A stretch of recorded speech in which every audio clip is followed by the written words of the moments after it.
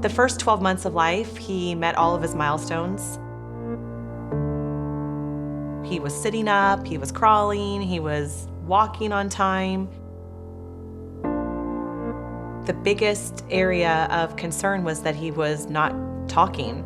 By 18 months, I brought it up to the pediatrician's attention, and then shortly after that is when we started noticing some stare-offs that just looked a little off. We really weren't sure what was going on. Hi, bud.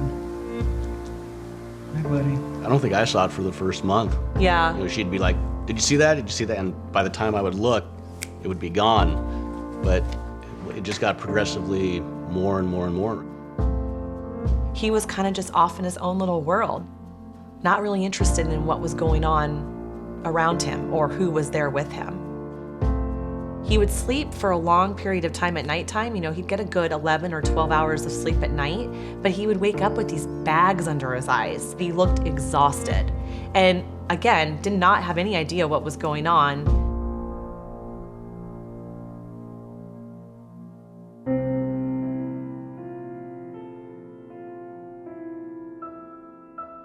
You know, I had never heard of, known anyone that had epilepsy. I knew it was seizure related, but I wasn't aware that it was something that had so many different forms or that couldn't be cured.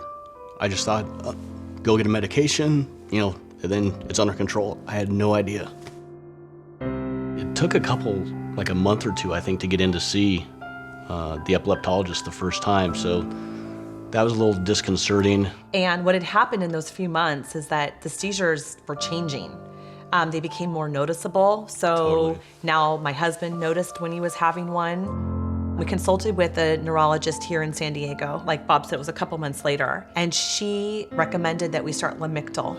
When we put him on Klonopin, it was, he was walking into trees. At that point, we're starting the 4th seizure medication. And there's no progress being made. Just kind of lost. I think I was getting him ready for bed, actually, putting him in his pajamas, and he was just laying on the ground. And he was just like not there. I mean, he just wasn't there. I mean, it was like I had a child's body laying there, but like he was not, there was nothing more than that, really. And I just remember hugging him, and I remember telling him, like, I love you so much. And just getting him dressed and getting him ready for bed, putting him to bed, and then in myself going to take a shower after that, and just being in the shower and literally feeling like I was gonna lose my child. Like that fear crossed my mind, and I had those thoughts, and I was like, I never wanted to have those types of thoughts in my mind ever, that I could potentially like not have this child anymore.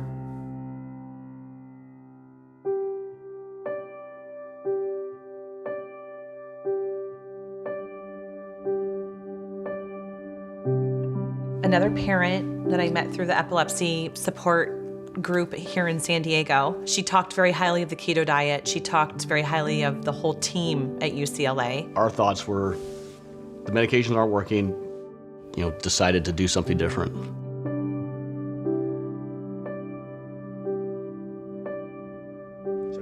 I first met little Bob when he was 2 years old, and that was many months or potentially years after the onset of infantile spasms. And it's hard to pinpoint when they exactly began because infantile spasms can be so subtle. But when he first came to UCLA, he was actually in pursuit of a trial of the ketogenic diet without an adequate characterization of his seizures, not knowing exactly what kind of epilepsy he has. I think one of the nurses said, hey, we've got the guy that specializes in what we think your son has. He's reading the EEG now. And so it's just very, very lucky. When you read about infantile spasms on the internet, it is not a pretty picture, and that's downright scary. So people get scared of the disease, they get scared of the treatments, they get scared of the drugs their children are taking. But when it works, those fears are erased pretty darn quickly. We just had one simple conversation, and it was clear at that point that this was not garden variety epilepsy, that these were infantile spasms, and that the multiple treatment trials that had been previously undertaken were ill-advised and were not tailored to infantile spasms. So this is a pretty typical spasm, and the classic feature is a forward head drop. We're about to see it right there. We think that in the case of infantile spasms, that every single day with uncontrolled spasms or with continued abnormal electrical activity in the brain is an ongoing threat. And that's why we make patients and parents commit to a therapy the day of diagnosis. We don't delay. He had said, the bad news is, yep, they're spasms. The good news is, the type of epilepsy that your son has, just the right medications haven't been used yet. We're like, how confident are you that this is what it is? And he's like, 100% confident. Once we established the diagnosis, it was remarkably easy. We prescribed one drug. I believe within a couple days became seizure-free. You know, it was like the best news that we could have ever hoped for. I was shocked. I didn't think it was ever going to happen. Really? I was shocked. How are you? Good to see you. Oh my gosh, this is amazing. Did you do this? You did? As difficult as it is to be the parent of a child with seizures at such a young age, the one benefit of being a child is that your brain is more plastic. And by that I mean that there is great potential for recovery. I haven't heard from you guys in a while. I assume that means we're doing very well. No news is good news in this No news case. is good news. Okay, good. Do I get a hug? Oh, thank you. Bob was doing so well. I mean, Yep. his development has just taken off. I just can't even express how thankful we are for Dr. Hussein. I wasn't really aware of the care and cure. We've come to learn that it's so important that we're able to raise this money so people like him can help us. When you can save one of these kids, it's a pretty big deal. It's not like curing an ear infection, treating a sore throat. This is dramatically altering the trajectory of a kid's life. So yeah, that keeps me coming back to work. But for every kid like Bob, there are 2 or 3 others who don't respond to therapy or who don't make it to a pediatric epilepsy specialist who knows which test to do or knows which drug to prescribe. The impact of Care and Cure has been substantial.